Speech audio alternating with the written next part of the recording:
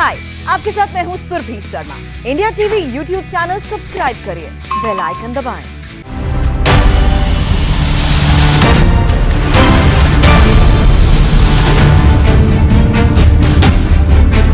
नमस्कार, आपके साथ मैं हूं सुरभि शर्मा। वक्त है सबसे बड़े चुनावी शो अब की बार किसकी सरकार का, जिसमें हम आपको दिखाते हैं यूपी पंजाब की सियासी खबरें। आज की 3 लेटेस्ट खबरें दिखाएंगे। शुरुआत 3 हेडलाइंस के साथ करते हैं, क्योंकि पहली बड़ी खबर उत्तर प्रदेश से है, जहां प्रियंका गांधी 5 दिन की विजिट पर लखनऊ पहुंच चुकी हैं और प्रियंका यहां इलेक्शन की तैयारियों का जायजा लेने वाली है। नेताओं से मुलाकात होगी और अपनी प्रतिज्ञा यात्रा की तैयारियों को भी फाइनल टच देंगी। प्रियंका के यूपी दौरे से क्या कांग्रेस के लिए माहौल बनेगा, पूरा विश्लेषण आगे मैं बताऊंगी। साथ ही दूसरी बड़ी खबर, यूपी से पंजाब तक आज किसानों ने भारत बंद बुलाया और किसान तीनों कृषि कानून का विरोध कर रहे हैं। राकेश टिकैत ने दावा किया, भारत बंद सफल रहा। टिकैत ने एक और बड़ी बात कही, वो ये कि चुनावी राज्यों में उनकी रैलियां जारी रहेंगी। क्या किसान आंदोलन चुनाव में असर डालेगा, पूरी डिटेल आपके सामने होगी। साथ ही तीसरी बड़ी खबर है पंजाब से, जहां मंत्रिमंडल विस्तार के बाद चन्नी कैबिनेट की मीटिंग हुई है और इसमें किसानों के आंदोलन को सपोर्ट करने का प्रस्ताव भी पास हुआ है। साथ ही कांग्रेस के 18 सूत्रीय एजेंडे को आगे बढ़ाने को लेकर भी चर्चा की गई है। डिटेल होगी आपके सामने अब से थोड़ी देर बाद, लेकिन इलेक्शन शो में सबसे पहले प्रियंका की बात बताना चाहती हूं, क्योंकि प्रियंका गांधी वाड्रा आज फिर मिशन यूपी पर पहुंच गई हैं और कांग्रेस महासचिव प्रियंका गांधी दोपहर को लखनऊ पहुंची।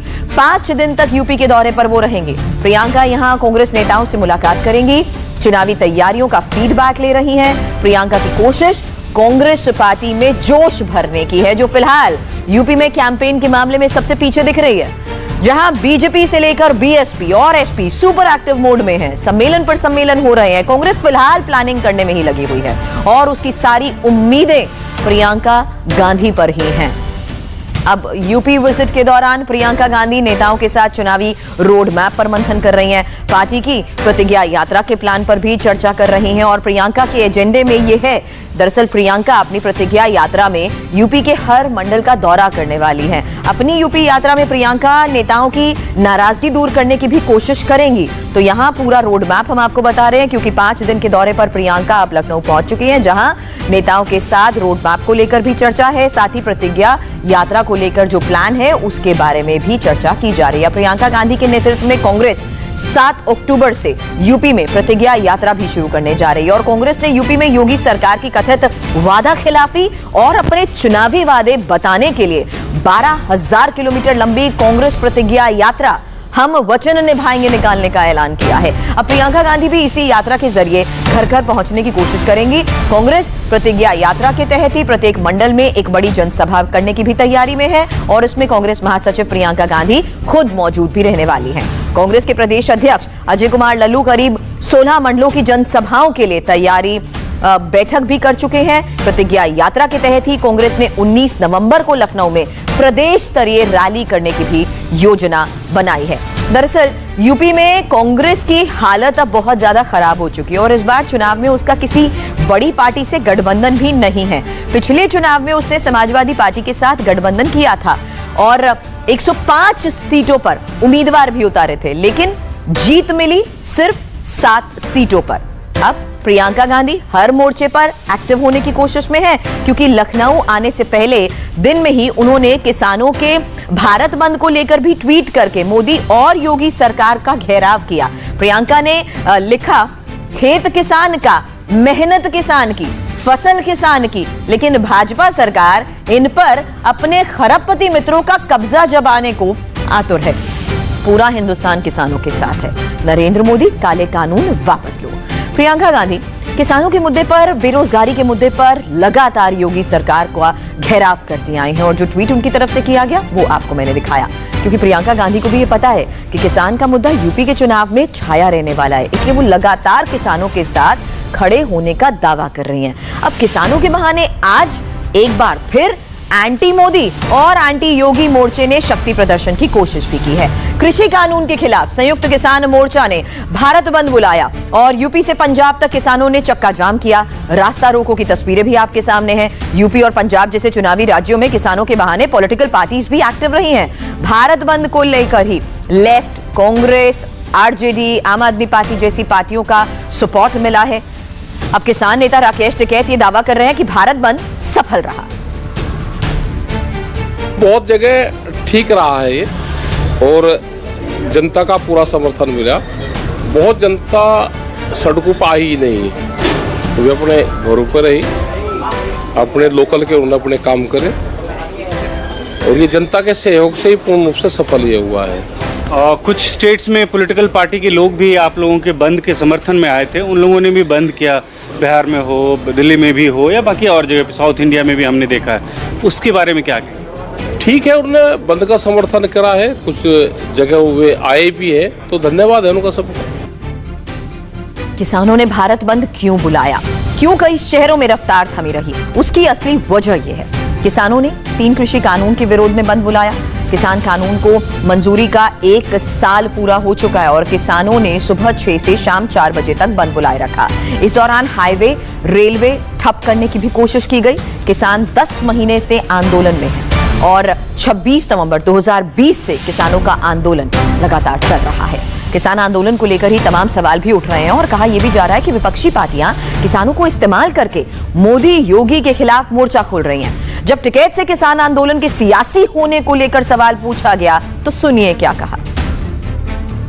कैसे समाधान निकलेगा? 10 महीने का समय एक लंबा समय बीत चुका है। वो तो सरकार बताएगी कैसे निकलेगा समाधान। किसान तो वापसी जाएगा नहीं, हम तो किसानों की बात कर सकते हैं, किसान वापसी नहीं जाएगा।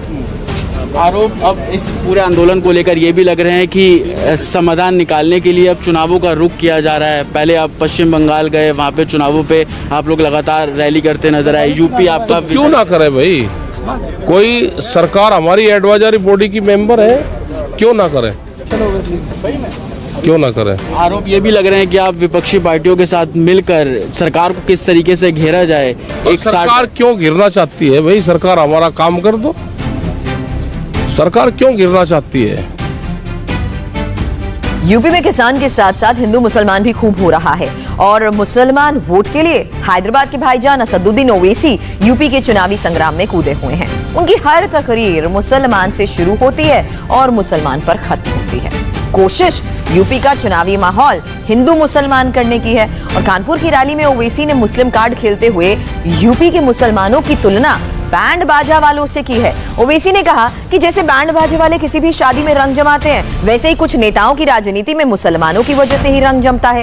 लेकिन जैसे बारात घर पहुंचते ही दूल्हे और उसके घर वाले बैंड वालों को बाहर बैठने को कह देते हैं, वैसा ही मुसलमानों के साथ होता है। मुसलमानों के वोट से सत्ता पाने वाले लोग सरकार बनाते ही मुसलमानों को बाहर बिठा देते हैं, उन्हें सत्ता में हिस्सेदारी नहीं देते। ओवैसी की 1 मिनट 15 सेकंड की ये स्पीच सुनिए और समझिए यूपी इलेक्शन किस तरफ मुड़ रहा है। आज भारत में मुसलमानों का मुकाम अगर एक है, क्या है हमारा मुकाम? हमारा मुकाम एक बैंड बाजे की पार्टी की तरह होकर रह गया कि जब इलेक्शन आता है तो हमसे कहते हैं कि बैंड बजाओ, सेकुलरिज्म को बचाओ। जब इलेक्शन आता है तो मुसलमानों से कहा जाता है कि पुंगी बजाओ और सेकुलरिज्म को बचाओ। मुसलमानों से कहा जाता है कि हारमोनियम पर साज निकालो ताकि मुल्क का सेकुलरिज्म बच जाए। और आपने देखा होगा कि शादी की बारात जब निकलती है दूल्हे के घर से तो दूल्हा घोड़े पर होता है और सामने होते हैं बैंड बाजे वाले। और जब दूल्हा उस मुकाम पर पहुंच जाता है जहां पर उसकी शादी होना है तो बैंड बाजे वालों से कहा जाता है कि तुम इस मुकाम में अंदर दाखिल नहीं हो सकते क्योंकि तुम्हारा काम था दूल्हे की बारात को बैंड बाजा बजा कर लाना। अब तुम्हारा काम खत्म हुआ, तुम बाहर रहोगे, किसी कोने में जाकर बैठ जाओ। यही हाल मुसलमानों का करके रखे हैं लोग। दरअसल ओवैसी यूपी में मुस्लिम और ओबीसी गठजोड़ के सहारे ही किंग मेकर बनने का ख्वाब देख रहे हैं क्योंकि यूपी में 19% मुसलमान हैं और जिस कानपुर में ओवैसी ने रैली की वहां करीब 20% मुसलमान हैं, जबकि पूरे यूपी में करीब 41% ओबीसी हैं और ओबीसी में भी 10% यादव वोट है। ओवैसी ने यहां पर ओम प्रकाश राजभर की पार्टी से समझौता कर रखा है और कोशिश यही है कि 60% वोटों में सेंध लगाकर बीजेपी को डेंट किया जाए। अब यूपी में पैर जमाने की कोशिश में लगे ओवैसी के इस बयान को उनके विरोधी उनकी सियासी रणनीति का हिस्सा बता रहे हैं। कह रहे हैं कि यूपी में हिंदू मुसलमान नहीं चलने वाला। आगे बढ़ेंगे। आज पंजाब में चन्नी की फुल कैबिनेट बैठी, क्या फैसला हुआ 5 मिनट के ब्रेक के बाद मैं बताऊंगी। और अब मैं आपको पंजाब की पॉलिटिक्स का बड़ा डेवलपमेंट बताती हूँ। कल चन्नी मंत्रिमंडल में 15 मंत्रियों ने शपथ ली और आज चरणजीत सिंह चन्नी कैबिनेट की मीटिंग भी हुई। मंत्रिमंडल विस्तार के बाद कैबिनेट की ये पहली मीटिंग रही और सबको ये उम्मीद थी कि चन्नी कैबिनेट किसानों को लेकर कोई बड़ा फैसला भी ले सकती है, लेकिन चन्नी कैबिनेट ने सिर्फ किसान आंदोलन और भारत बंद को लेकर समर्थन जताया है और बताया यह जा रहा है कि कैबिनेट मीटिंग में कांग्रेस के 18 सूत्रीय प्रोग्राम पर भी चर्चा की गई है। सीएम चन्नी ने 1 अक्टूबर तक 5 एजेंडे को लागू करने का लक्ष्य रखा है। पंजाब में चन्नी कैबिनेट की ये दूसरी मीटिंग थी और इससे पहले मुख्यमंत्री ने 2 मुख्यमंत्रियों के साथ जिस दिन शपथ ली थी उस दिन शाम को पहली कैबिनेट मीटिंग भी की थी। चुनाव की ढेर सारी खबरें अभी और हैं। हाय, आई एम सुरभि शर्मा। खबरों से अपडेट रहने के लिए India TV YouTube channel subscribe करिए, साथ में बेल आइकन जरूर दबाएं। जुड़े रहें इंडिया टीवी के साथ।